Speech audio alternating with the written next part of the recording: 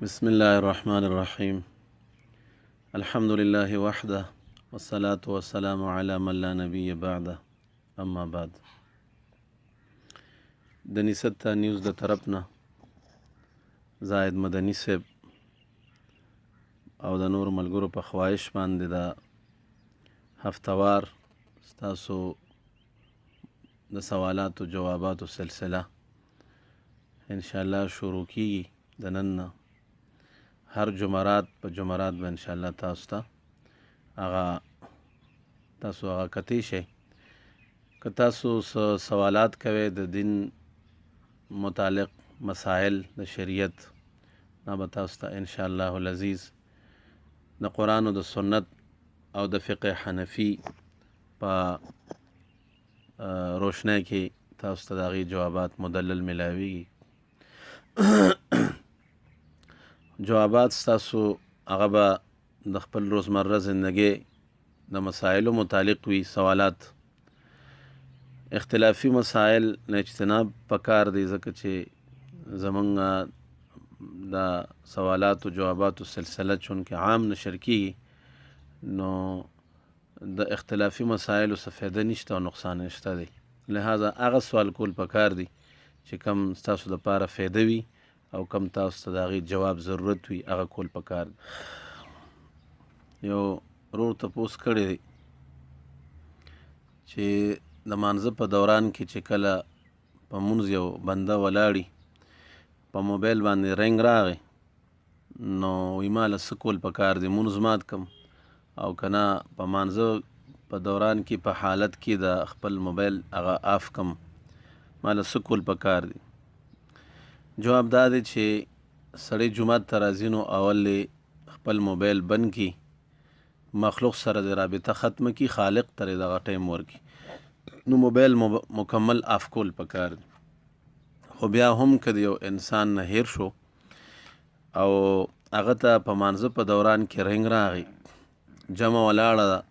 نو لہذا د ټولو منځګزارو توجه خرابیږي نو هغه د په یو لاس باندې موبایل راوباسي او آف دې کړي او واپس دې جیب کې واچوي، دې سره مون نه ماتېږي. که مثلا د ده نظر هم په نمبر وغورځېد چې یاره څوک دی نو هم دې سره مون نه ماتېږي. البته دواړه لاسونه استعمالول پکې هغه صحیح نه دي، بیا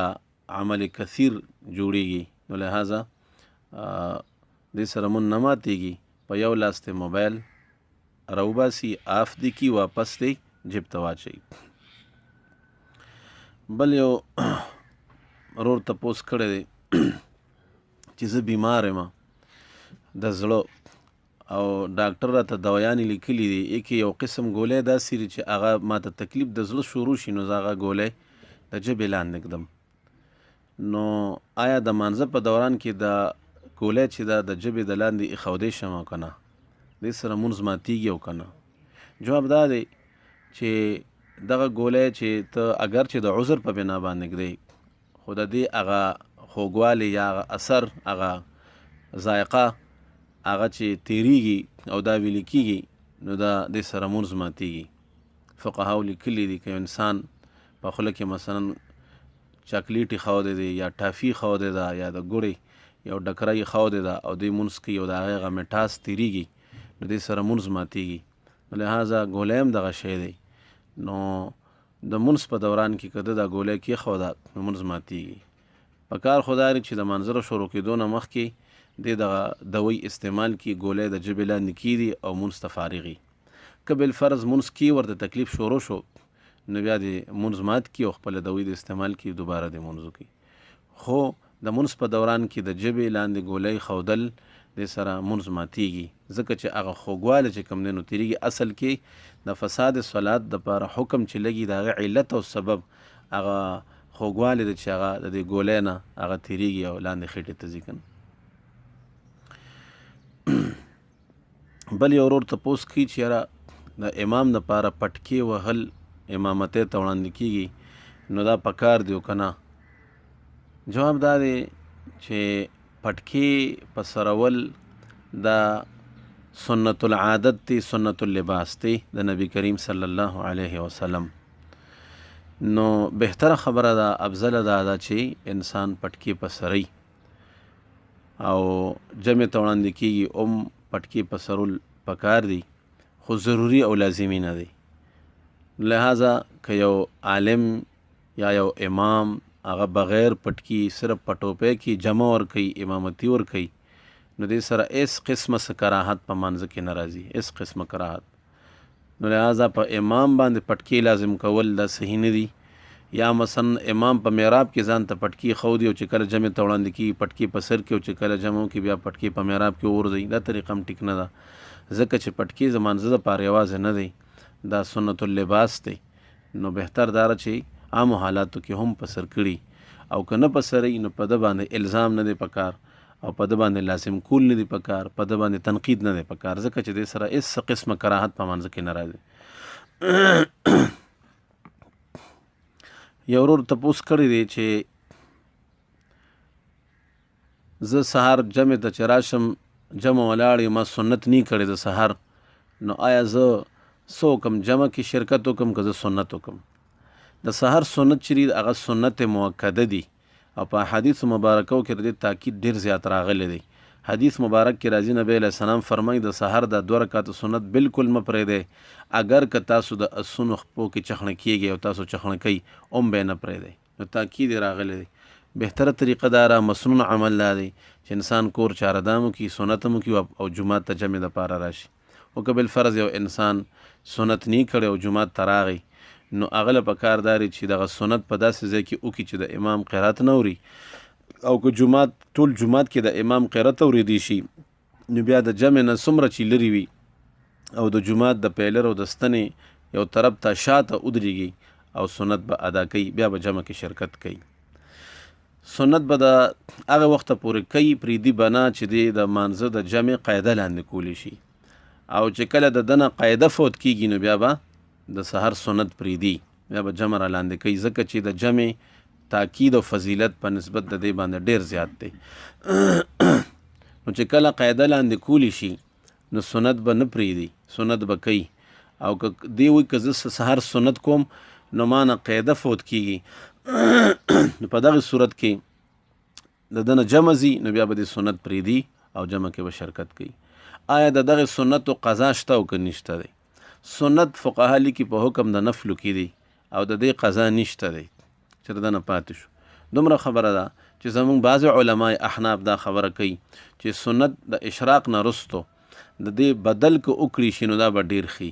هغه قضا نه دی، هغه بدل دی، د سنتو بدل، اشراق سره 2 رکعاته هغه سنتو بدل وکړي. نو لکه څنګه چې نبی علیہ السلام فرمایي د انسان نه د شپې تهجد پاتې شو، یا کم وظیفه یا کم عمل عبادت د کو هغه ته نه پاتې شو، یا اوده پاتې شو، یا بیمارو کولی نه شو، یا سفر کې یا بل عذرو، نو که د سحر د اشراق نه رستو تر ماسپښینه پورې دغه ټیم دوران کې د عمل وکړو، نو دا د هغې بدل ګرځي کم چې دنه د شپې پاتې شوی دی، ثواب الله مکه نه ورکوي. نو بهتره دا طریقه دا ده چې د اشراق سره بیا دغه سنت را ادا کی، نو دا به ډیره بهتر یو، که ادا نه کی ضروري پې نه دي. بل تپوس دا کېږي چې د جمعې په ورځ باندې کله چې اذان وشي نو د انسان لپاره دنیاوي کاروبار دکانداری دا جایز دی که جایز نه دی؟ کله چې جمعې په ورځ باندې اذان وړاندې وشي نو بیا په مستول مسلمانانو ته دا حکم دی چې چا باندې جمعې منځ فرض دی، په هغې ته دا حکم متوجه شو چې خپل روزګار بند کا، دکان بند کا، خرید و فروخت بند کا، زمینداری پرېږده، جمعات ته راشه. یا ایها الذین آمنوا اذا نودی للصلاة من یوم الجمعه فاسعوا الى ذکر الله وذروا البیع. الله فرمایي مؤمنانو چې کله د جمعې پر اذان وشي تاسو منځه ته راشئ، تلوار وکئ، نور د دنیا معاملات، کاروبار، دکانداری، خرید و فروخت ټول کارونه پرېږدئ. لہذا د جمعې د اذان چې کله ړومبي وشي نو ټولو مسلمانانو ته دا حکم د الله را طرف نه متوجه شو چې دوی به جمعات ته راځي. نو د هغې نه بعد روزګار کول مکروه تحریمي دی، دکانداری کول مکروه تحریمي دی، زمینداری کول مکروه تحریمي دی، تر دې که یو انسان په کور کې ناست او تلاوت کي نو هغه هم در لپاره جایز نه دی، در لپاره دغه وخت کې حکم داره چې دی جمعات ته راشي. لہذا زمونږ ټولو دکاندارانو ته یو درخواست دی چې په دې مسله باندې عمل وکړئ او لومبي اذان سره فورا خپل دکان بندوي ان شاء الله العزیز الله به تعالی ډیر خیر او برکت په دې دکاندارۍ کې درکړي ځکه تا د الله د حکم تعمیل وکړه د الله خبره دی ومنله بل د جمعې په ورځ باندې عام طور باندې زمونږ په دې مساجدو کې د ځوانان فرض چوکي نو د جمعات نه تختی بعضې پوه خلک چې کم مثلا تبلیغي حضرات دي یا قاریان دي هغوی چې فرض منځو کې نو هغوی فورا کور ته لاړ شي سنت کور کې کوي لکه څنګه چې مسنون طریقه هم دا ده نو هغوی خو سنت کور کې وکړي خو عام نوجوانان هغوی سنت بالکل پرېښودلي بس فرض منځو کې د جومات نه دانګي جومات نه تختی دا طریقه ټیک نه ده مونځ دې ګورې کامل نه دی ستا مونځ به اله کامل شي چې کله ته سنتو سره ادا کې ځکه فقهاو لیکلي چې دا سنت چې دي تمام دا مکملات او متممات د فرض دي نو لہذا سنت کول پکار دي سنت پرېښودل نه دي پکار بل یو تپوس دا کیږي چې یاره یو ورور وایي ما سره موبایل کې د قاري صاحب تلاوت دی قرآن پاک دی او زه هغه اورم کې د سجدې آیات هم راشي نو آیا د سجدې آیات په اورېدو باندې ما باندې سجدې تلاوت واجب ګرځي او که نه ګرځي فقها لیکي علما لیکلي دي چې تلاوت چې په ریډیو باندې یا په موبایل نه سړی اوري یا په ټلویزیون باندې اوري نو دا دوه قسمه دی یو هغه چې ریکارډ لګېدلی او دی ریکارډ اوري دویم هغه چې برای راست نشر کیږي لایو وي او برای راست نشر کیږي دی اوري نو که چېرته برای راست تلاوت کیږي او ده واورېدو نو علما لیکي په ده باندې سجدې تلاوت واجب ګرځي او که ده سره ریکارډ وي او ریکارډ اوري نو ریکارډ اورېدو سره په ده باندې سجدې تلاوت هغه نه واجب کیږي چای خپل موبایل کې دی چای ریډیو باندې اوري چای ټلویزیون باندې خو چې ریکارډ دته نشر کیږي نو د هغې باندې سجدې تلاوت نه لازم کیږي ځکه د سجدې د تلاوت د وجوب دپاره شرط فقها لیکي تلاوت صحیحه دی او تلاوت صحیحه هغې ته ویلی شي چې هغه بالذات چې کوم دی د یو انسان نه د خولې نه هغه تلاوت نشر کیږي بالفعل بالذات او ډایرک او هغه چې کوم دی څوک واوري نو په هغه باندې سجدې تلاوت لازم کیږي همدغه وجه فقها لیکي که یو انسان آواز وکړو او د هغه تلاوت یو آیات یې اورو او د غره مثلا هغه آواز ته واپس راوګرځو چې دې ته په عربی کې صدا وي اردو کې ورته بازګشت وي نو هغه آیات چې د غره طرف نه واپس واورېدو یا بل چا اورېدو نو په هغه سجدې تلاوت واجب نه ګرځي ځکه چې هغه تلاوت صحیحه نه دی بل یو ورور دا وایي چې یاره ما سره په موبایل کې قرآن شریف دی او زه په هغې کې تلاوت کوم نو آیا دې دپاره هم اودس ضروري دی چاره دام ضروري دی او آیا د موبایل حالت جنابت کې زه ګوتې وړی شم او که نه شم وړی دا موبایل چې زما په جیب کې زه باتروم ته دننه کیدی شم ضرورت دپاره که نه شم دننه کیدی مسله دا ده چې تلاوت یو انسان کی پکار چې په قرآن پاک په مصحف کې کوي ځکه ثواب په دې کې ډیر زیات دی دا کابرو د علماو د بزرګانی دین تعامل په دغه جاری دی هو که بالفرض یو انسان د خپل ځان سهولت دپاره چېرې کله ماته دفتر کې موقع ملاویږي یا کله ماته فرصت ملاویږي نو هر وخت قرآن پاک ځان سره نشم ګرځولی موبایل کې را سره دی نو چې کله ما سره فارغ ټیم ملاویږي 10 منټ 15 منټ نو زه به تلاوت کوم نو ښه خبره ده بالکل کولی شي د هغې دپاره بیا ته د اودس چارهدام ضرورت نشته ځکه چې موبایل په حکم د قرآن پاک او د مصحف کې نه دی او کم حکم چې راغلی دی نو هغه د قرآن پاک دپاره راغلی دی البته فقهاو لیکلي دي که چېرته مثلا په سکرین د موبایل باندې آیات قرآن کریمه هغه موجود دي نو سکرین له به اودسه ګوتې وړل وایي دا بې د بې کې راځي احتیاط په بنا باندې دغلته حکم لګولی دی نو لہذا که انسان په موبایل کې قرآن پاک وي نو بیا اودس هم دی له ګوتې وړي شي موبایل له حالت جنابت کې مو له وړي شي ځکه چې موبایل په حکم د مصحف کې نه دی همدارنګې که په موبایل کې قرآن پاک موجود دی خو چې په سکرین باندې آیات کریمه نشته دی نو دی باتروم ته دننه کیدی شي البته که په سکرین باندې آیات کریمه موجود وي نو بیا سخته بېدبي ده دی نه بیا اجتناب پکار بل یو ورور تپوس کوي چې یاره انجکشن سره او دس ماتیږي که نه ماتیږي بعض اوقات ډاکټر انجکشن وایي مریض له او بیا هغه په هغه چارهدام یې د مخکې نه موجود وي په هغې باندې مونځ کوي نو آیا دا اودس د مات دی که نه برقرار دی انجکشن دوه قسمه دی یو د رګ دی بل د مټ دی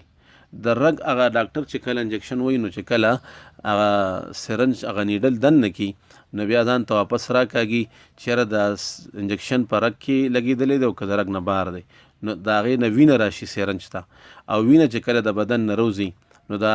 ناقض عضو دی، اودس په دې سره ماتیږي. نو لہذا د رګ په انجکشن باندې اودس ماتیږي. پاتې شو د مټ انجکشن، نو هغې سره وینه نه روځي عادتا، نو په هغې سره اودس نه ماتیږي. البته معمولي غوندې چې کله انجکشن ولګي او ساس کې ذره برابر د ستنې د سوم په مقدار باندې یا دین هم کم، هغه یو معمولي غوندې هغه ستن سره وینه روزي، هغه اودس نه ماتیږي، ځکه چې هغه وینه چې د بدن نه خارج شي هغې سره اودس ماتیږي چې هغه د خپل ځای نه روانه شي. لکه انسان اوری کمزوري دی او په سیو باندې چک ولګو، او د چې کله سیو باندې چک ولګو نو په سیو باندې د وینې هغه اثرات موجودو، دې سره اودس نه ماتیږي، ځکه چې هغه صرف اثرات دي، وینه نه ده چې کني وینه د اورونه روانه شوه، نو په دې سره اودس نه ماتیږي. نو د رګ په هغې اودس ماتیږي او د مټ په هغې عموما عادتا اودس نه ماتیږي. یو زنانه هغه وایي چې زه عمرې لزم، زما د ماما زوی عمرې لځي او زما د ماما په زوی باندې زما خورزم واده ده، نو لہذا